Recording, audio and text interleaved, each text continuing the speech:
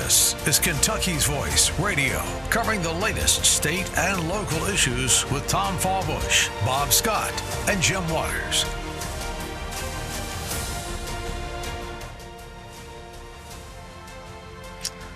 Howdy, Louisville. I'm your special guest host, Dr. Lance Pearson, on Kentucky's Voice.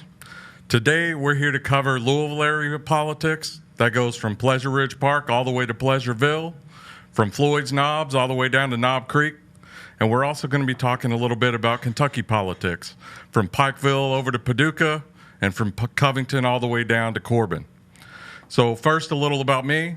I'm the president of a think tank called the Kentucky Liberty Caucus. If you want to find that online, that's KY Liberty Caucus, which is CAUCUS.com. That think tank is dedicated to building a better, more principled, more accountable, more transparent, liberty-oriented, limited government. I'm also the director of the Kentucky Legislative Action Committee, where I coordinate volunteers in reading and evaluating legislation and promoting citizen involvement in our state and local legislative processes. That was a mouthful.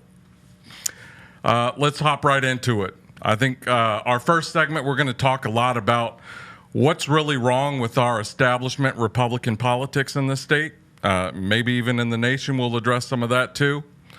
Let me just ask you a question. What if we had a Republican Party that actually believed in the things that they campaigned on, that fought and delivered for us, the American people, rather than special interest groups? What if politicians who called themselves conservatives when they're on the campaign trail actually conserved something? In my view, we're at a pivotal moment in the United States. The Trump era has ushered in an era of upheaval and transition in American politics, where the core principles of our nation and our Commonwealth hang in the balance. For Kentucky, that's certainly been good for the Republican Party. There's no arguing that. Other than the governor, Republicans control all of the statewide races and 80% of both chambers in the legislature, which we call the General Assembly in Kentucky. I believe there's only 3 Democrats in the 138 members of our state legislature that are from outside Louisville or Lexington. The Democratic Party has been reduced to 2 cities in practice. So Republicans also have the majority of the Supreme Court. We have both chambers of Congress, and we have the presidency. So things are really rolling as far as Republican politicians with an R by their name. But does it feel to you like it's resulted in an avalanche of conservative policies that we've won? Does it feel like your life is going great? I know for a lot of Republicans and a lot of the Republicans I talk to, I think the clear majority of them, they think the answer is no. For me, the Republican Party that was founded on opposition to slavery and at times has been a shining beacon of principles has drifted far from its roots and even from its current conservative platform, both in Washington and right here in Kentucky and Frankfort. The decision makers may be Republican by registration, but too often they're not actually conservative by ideology. The establishment GOP has lost its way, and the American people, nationally and locally, are rightly frustrated. In Kentucky specifically, we have an untouchable ruling class of Republicans that does what they want with no fear of being voted out of office. And wherever that exists, no matter what the party is, when we're in a one-party situation, it can be a poison to our politics if that party doesn't hold itself accountable. So today, I just want to say, this first segment especially, we're going to talk about a lot of complaints, maybe grievances. I don't want to tear down, I want to rebuild. This is a call for a return to a principled, authentic conservatism. I call that a liberty republicanism. It honors our social conservative values, it protects the Constitution, and it regains our fiscal sanity, both at the state level and especially at the federal level. It's an ideology built on servant leadership that's genuinely, constitutionally, socially, and fiscally conservative. I genuinely don't believe that most of our Republican elected officials, that they get elected and they just want to waver on all those ideals. Most of them actually believe what they're campaigning on when they start off. I just think that they don't have a strong grounding on what it means to be conservative. And so when they get into office, the incentives are all to play ball with whatever the establishment GOP is asking them. And there's nothing that really keeps them mentally from compromising on that. They don't have that conservative grounding. So let me be really clear right from the start. When I say I'm advocating for liberty republicanism, a lot of people hear libertarianism. Liberty republicanism is not libertarianism. Libertarianism often dismisses the moral fabric that binds our communities together. There's not really a belief system in other than people should do whatever they want. Instead, I'm advocating for a vision in the mold of people like Rand Paul, Thomas Massey, who I'm sure you all are pretty familiar with, and on the state level, you might hear names like Callaway or Maddox or Doan or, I don't know, Massaroni, Tichenor. There's some newcomers like Holloway or Reed, just to name a few. And if you don't know a lot of those names, that's part of our problem. We're not as engaged on the state level in politics to know who these people are. And state politics affects your life just as much, if not more, than federal politics. Liberty republicanism is a conservatism that puts freedom, transparency, accountability, responsibility, and most importantly, the American people first. That's from the hills of Eastern Kentucky to the halls of Congress.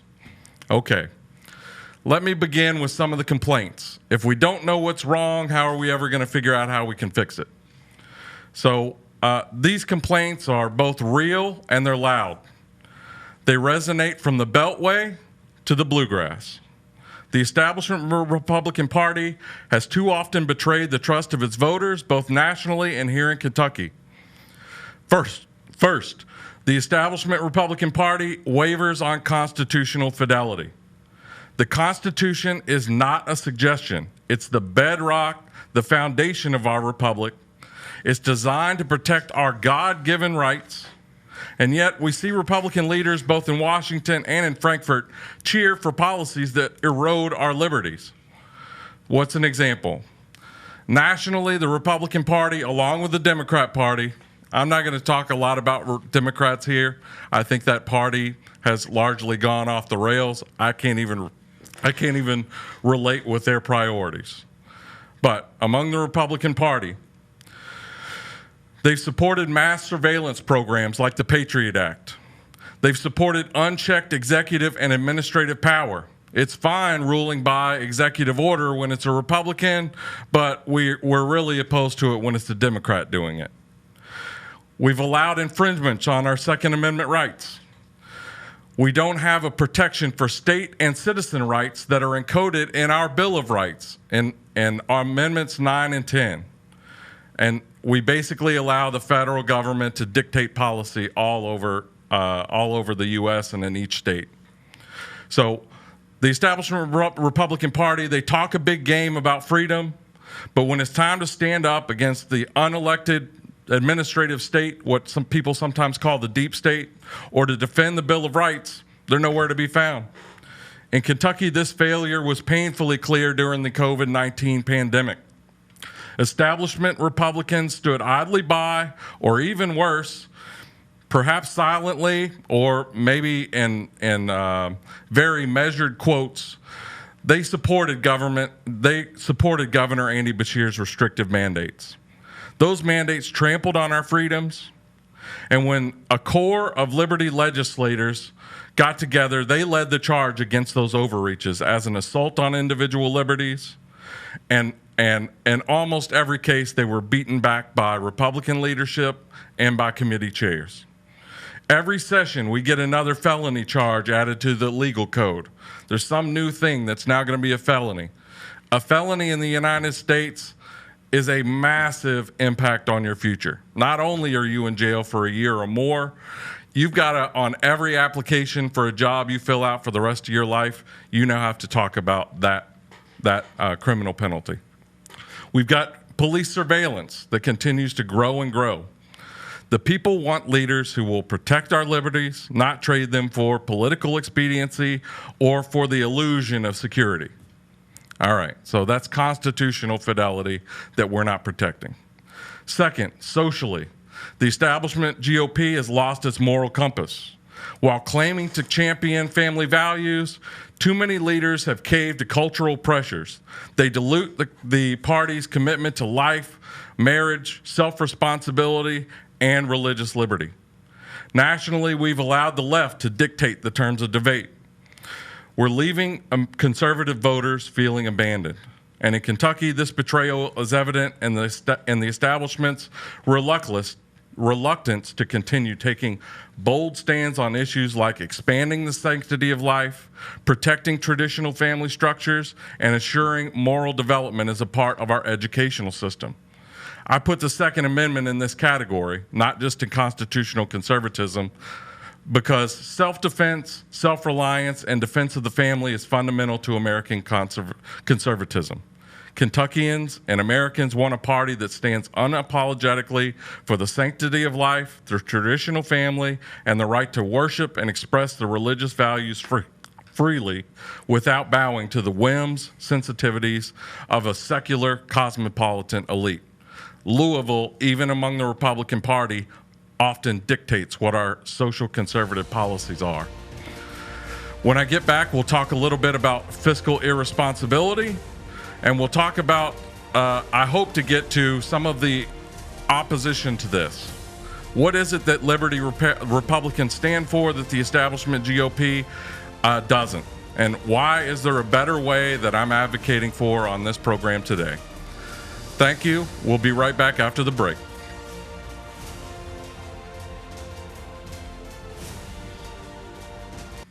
Now, back to Kentucky's Voice Radio, online at kyvoice.org. Welcome back, listeners. This is Dr. Lance Pearson with the Kentucky Liberty Caucus. In this segment, we're going to continue on exposing some of the problems that we have with the establishment Republican Party. I hope at the end to kind of touch on some big themes of what an alternative might look like. Later on in the program, I'll have my good friend John Cox on, and he'll talk about what it's like actually getting involved as a citizen in the legislative process. All right. So we're on to fiscal irresponsibility. For decades, we've watched GOP leaders campaign on promises of cutting spending, maybe even cutting taxes, only to balloon the national debt. Our national debt now exceeds $37 trillion. So to just put that in common terms, that means every taxpayer in the United States right now owes $326,000 in debt service.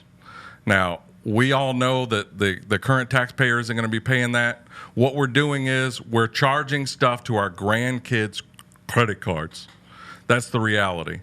And that's just utterly irresponsible. We've had reckless budgets, we've had corporate handouts, and we've had endless wars driving up the cost of that.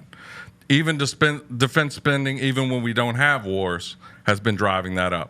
Now, as a Republican, I support the military, but we simply cannot be spending $1 trillion a year when we're not even, over the last, since World War II, we haven't actually had a major conflict, a world power engagement, and we've run up $37 trillion in debt. Okay, so in Washington, establishment Republicans have been complicit. They pass omnibus spending bills that are thousands of pages long. They're stuffed with pork. They preach austerity to hardworking families. We've got to pay down the debt. We're going to make sure that our businesses are going to thrive so we can pay all of these expenses.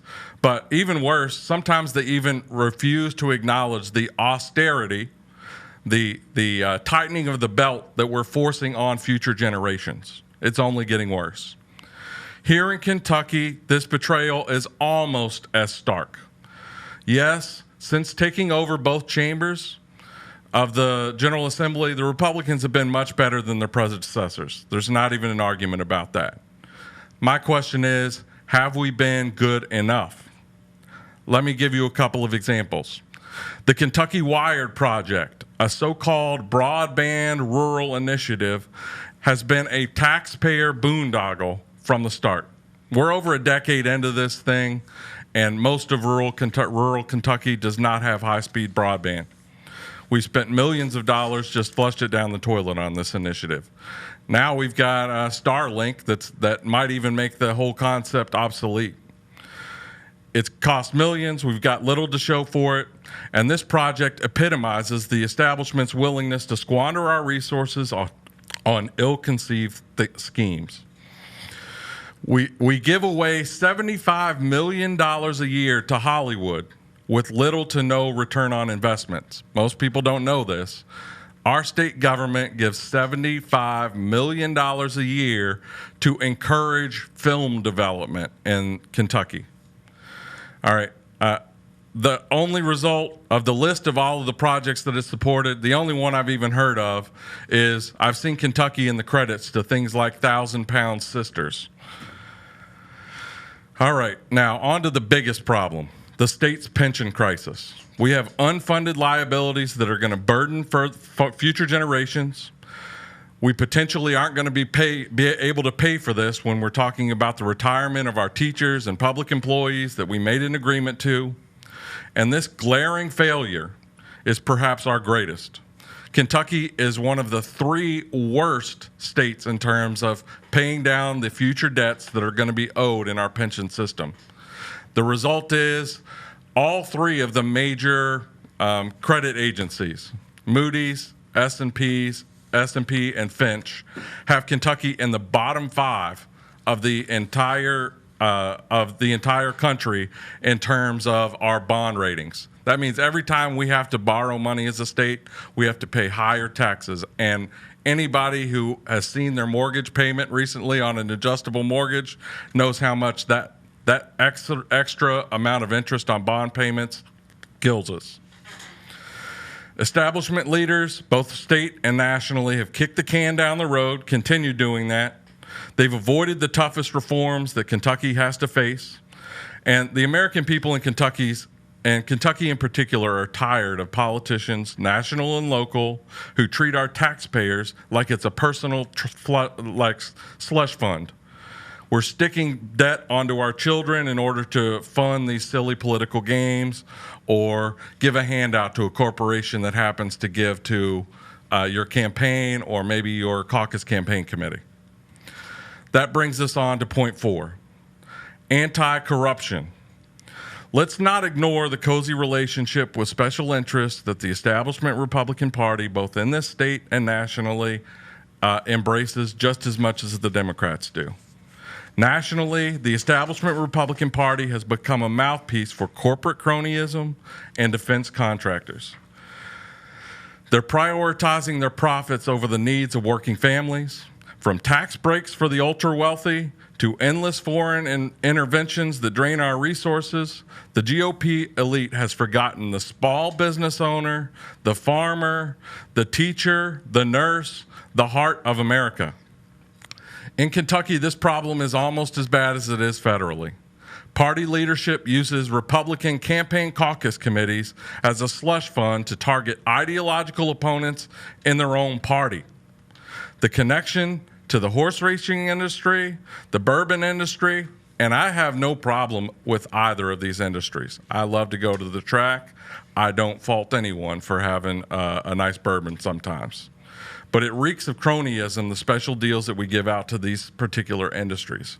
Kentuckians are fed up with a party that serves big business, often out-of-state businesses, and Frankfort and Louisville insiders that go to the cocktail parties that they're at over the working families of the Commonwealth.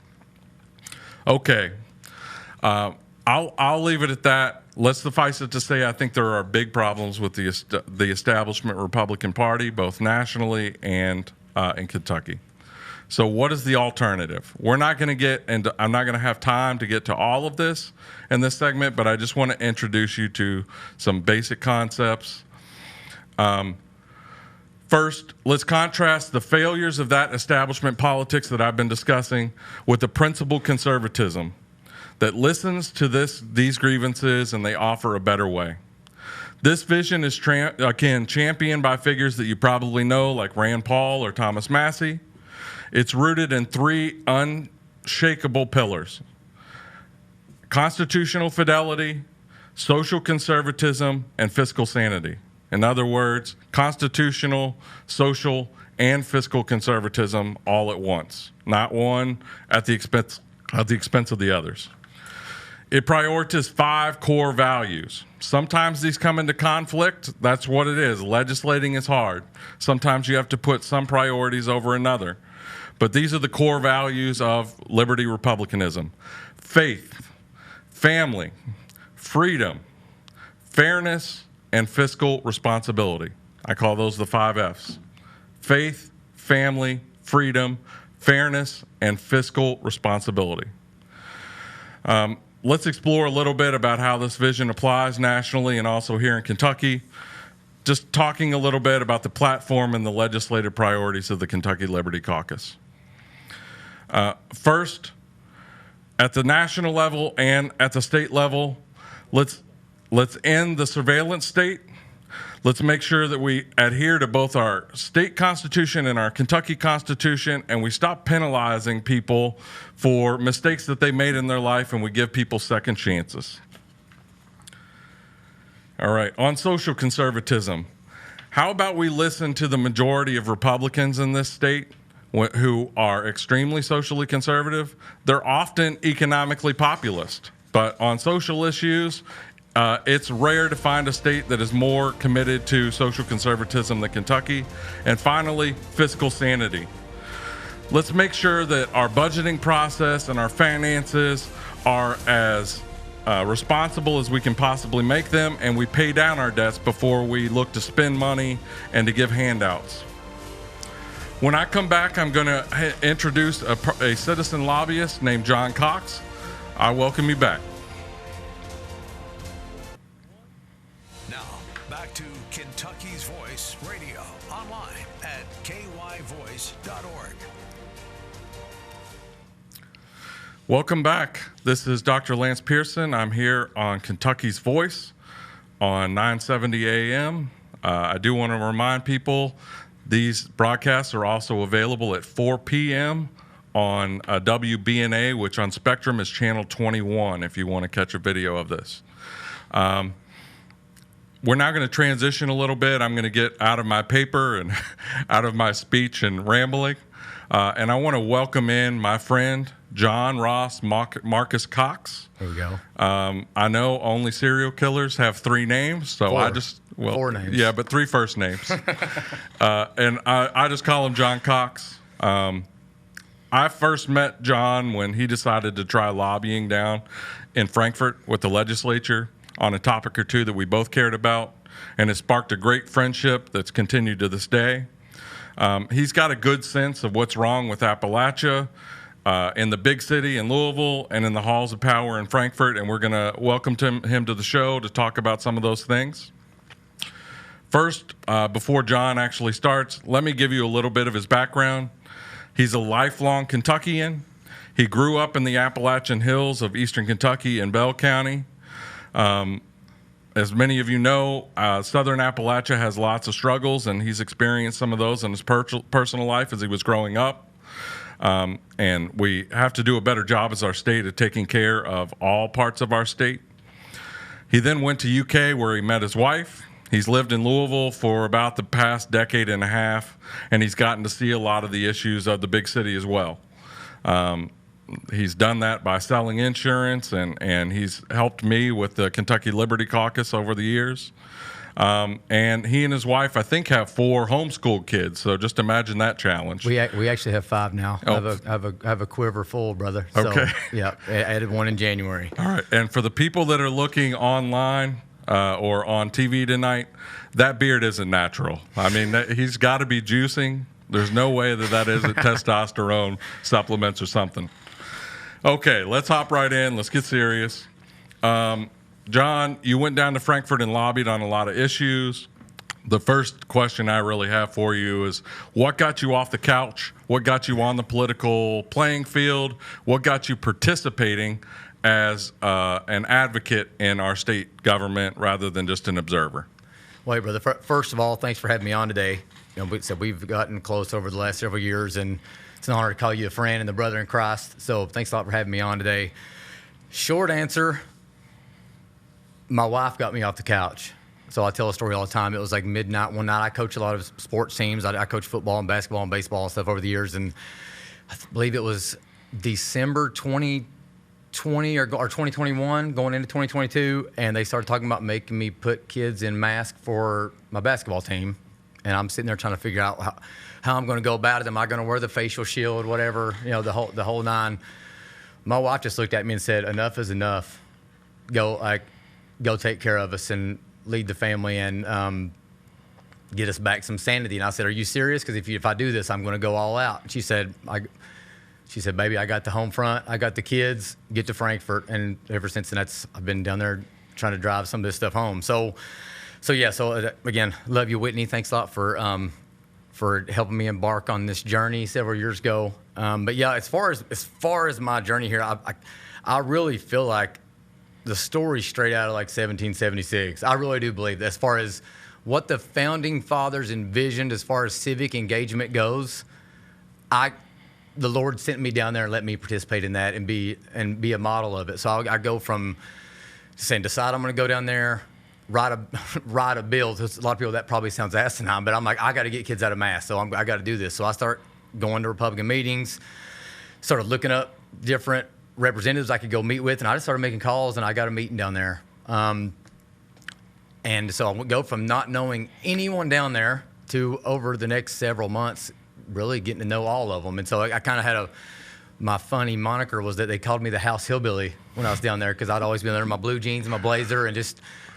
That's a term of endearment. Yeah, it is, yeah. Yes. And I know a lot of people are hesitant to call politician friends, but I have been lucky in the sense that I've been let behind the curtain to see the good and the bad and made some true dear friends along the way that kind of helped guide me along the way. And I think we learned together, several of us, because a lot of them were new legislators on the House and Senate.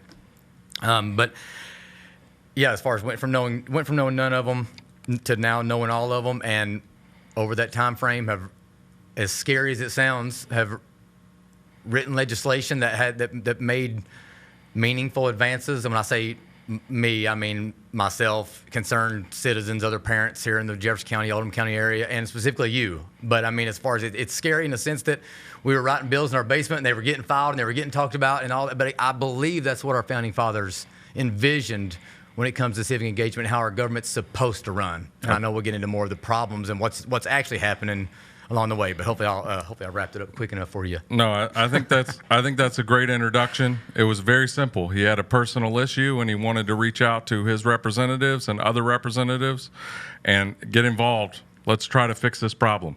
Now, unfortunately, and we'll talk about this a little later, maybe even in the fourth segment, most of that particular bill didn't actually make it all the way through. It passed the House and it stalled in the Senate. And so basically after COVID, we're almost 5 years after that. Kentucky is not one of the 19 states that have basically banned COVID vaccine mandates, mask mandates, everything else. I don't expect those things are going to come back, but Kentucky is not leading in a conservative direction as one of the most conservative states in the union. Well, and just to stop you there, Yeah. as far as we talked about this, we didn't get that bill passed, but we were laughed out of the building at first when we started going there, saying there's no certain people in our area said there's no way people are going to care about this. And so what I come to find out, and we will talk about this as far as problems go, it's one of my bullet points.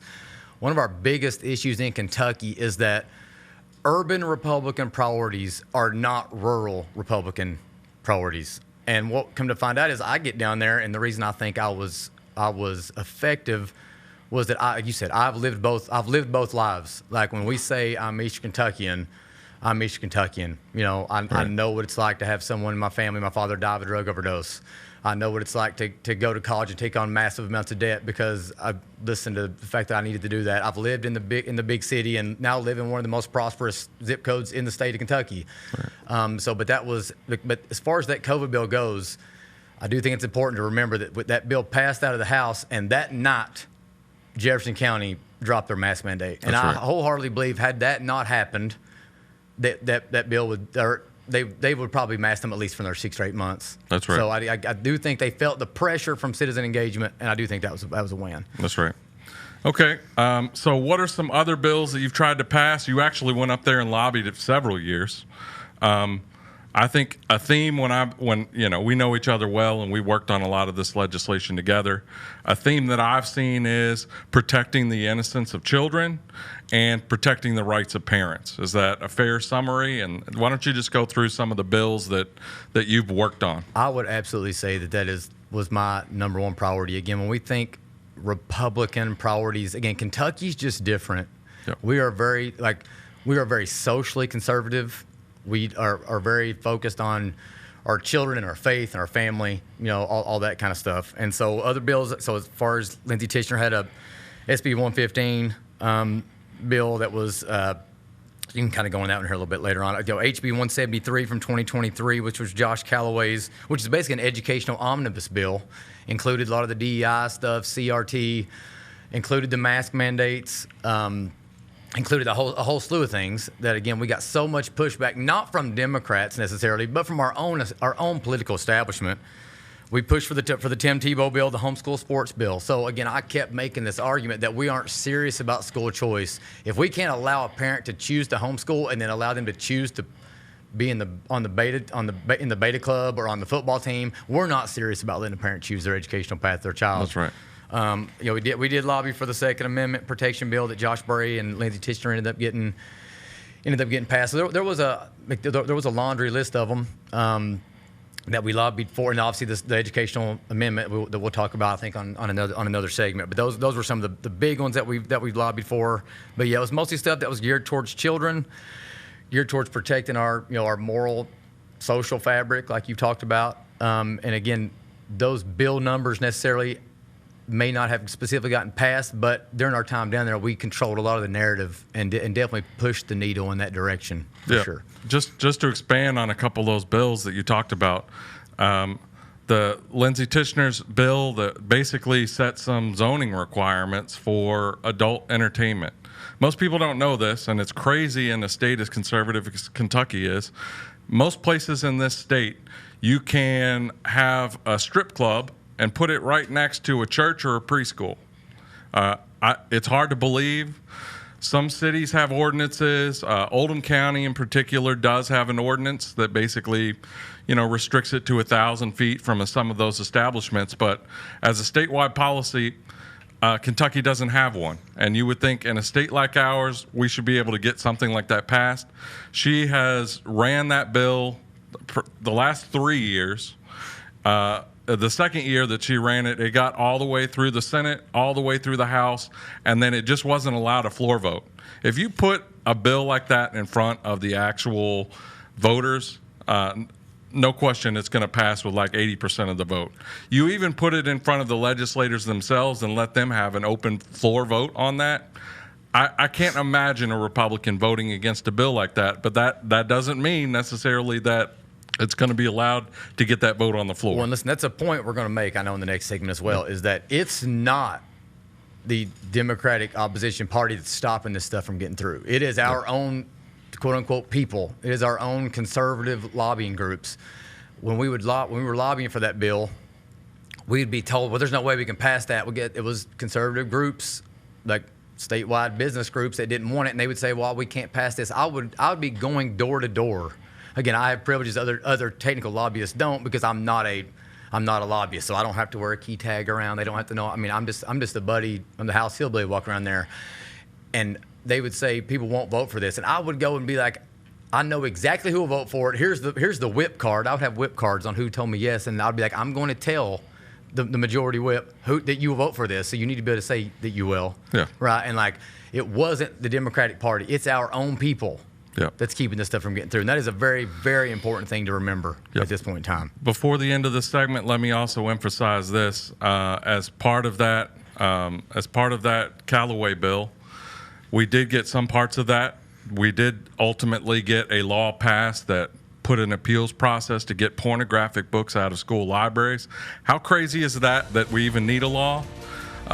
Ultimately, our version of that bill didn't pass, but a version of a bill did pass.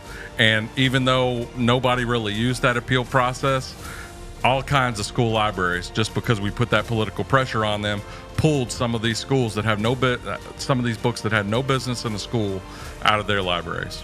All right, when we come back, we'll have our final segment with John Cox.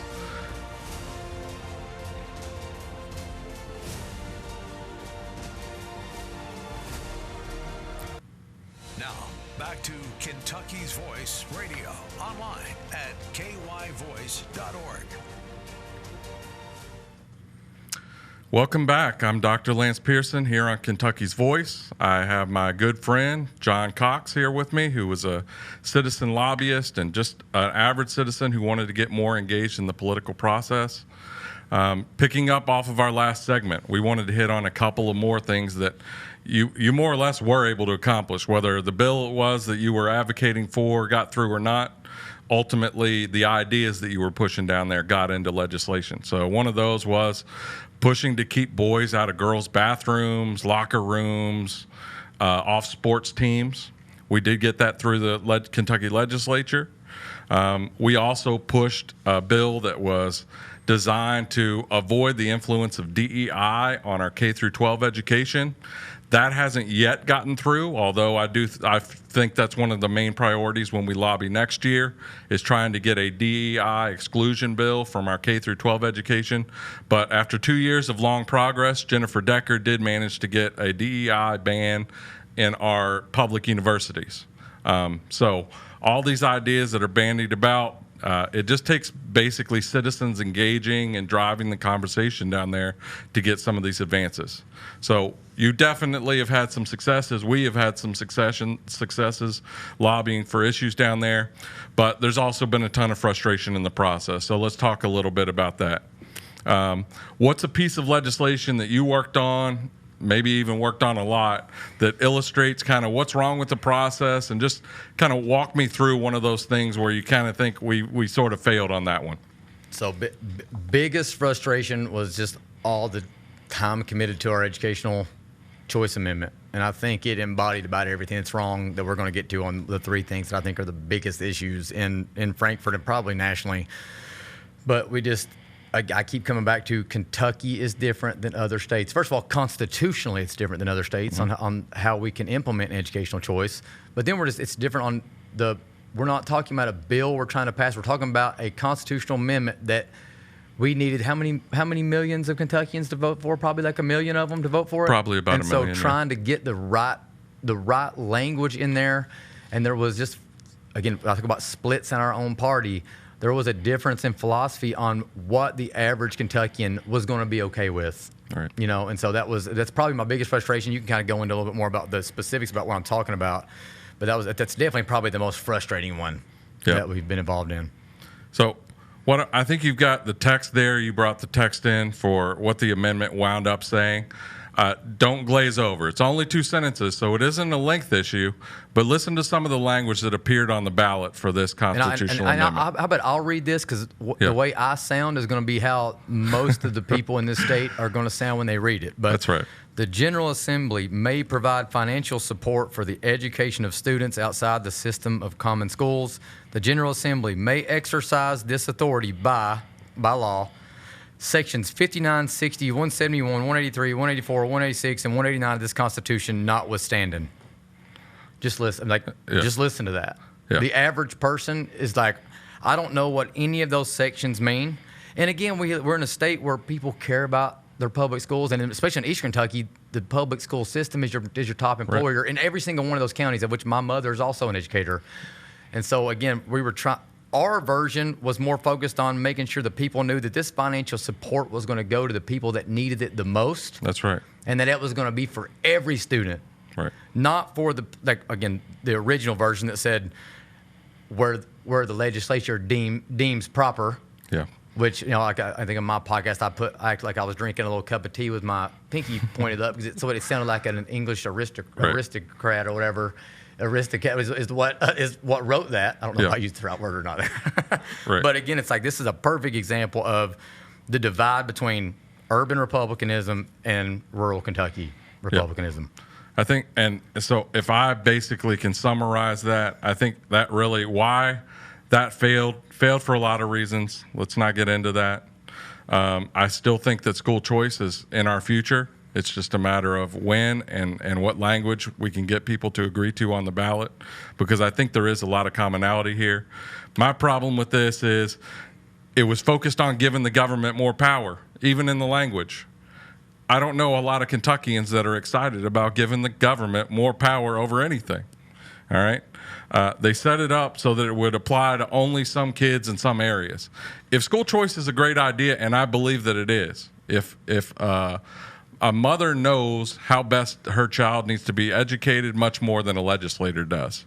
And so we should just be offering that choice to people is good no matter where we are.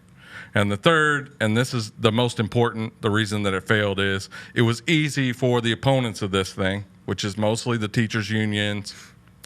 It was easy for them to portray it as it's just going to help rich people whose kids are already in private school, and it's going to hurt people that are in public schools. Well, look, when you remove the restriction on educational spending to certain areas and not and not others, their cry isn't unwarranted. It was, I mean, that's what was going to happen. Yeah. People here that can already afford Trinity, can already afford St. X, can already afford Cal, were going to get funds, and in order to get other votes, they were going to restrict it in Bell County. They were going to restrict it in Harlan County. They were going to restrict it, in these rural counties in Eastern Kentucky. And even though that would have gotten that representative's votes, it would have resulted in less educational dollars going to those areas than the big city was going to get. So again, that was our point. We need to draft this in a way to where the teachers' unions' arguments are moot. Yeah. And if you go read Josh Calloway's HB 173, it was as close to a perfect amendment as you could get. I still think it would have been a toss-up on getting it to pass because we'd had to have the right messaging and the right amount of money behind it. But it was our best. It was our best shot. Yeah. And so, but again, it's perfect example of like. I don't know if you want to follow on that a little bit. I mean, really, the follow up is just this: like, boil it down. Like, maybe even use that constitutional amendment bill as an example.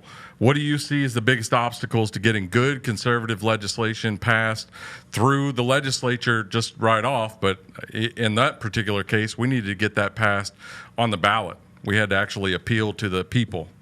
So I have tried to kind of create this little synopsis in my head. The problem, like we were talking about when we were off the air, is for the last 3 years, I feel like I've been given so much knowledge that it's just I've got like analysis paralysis almost at this point. Because again, I've seen good, I've seen bad. I've developed, wonderful relationships with good people down there. Also, ones that are scared to push the envelope and then just don't know how to maybe get it done when they get there. Because again, most politicians aren't like you and I, where they're in the basement wanting to write legislation. They're good with people. They're good in social situations, all that. But here's my three. I've got three issues that I see as the biggest, and you can chime in whenever you're ready. But main problem is this: leadership controls everything. And I know most of the people in leadership, and like some of them I get along with very well. Like as far as just when we're in Frankfort, when we're not in Frankfort, they're easy to get along with people. But as far as there is no way to get a bill moving in Frankfort organically, zero. It does not matter how many co-sponsors you have on it. It does not matter if I took an army of citizen lobbyists with me to picket on the front doorsteps. It does not matter. Yep. If the people in leadership do not sign off on it and have their elitist attorneys look over it and sign off on it, it does not matter. Right. So in other words, you think it would function better if the legislature itself were more democratic? There has to be a way to where the people's representatives can get their bill the way they want it in committee, and again, let the chips fall.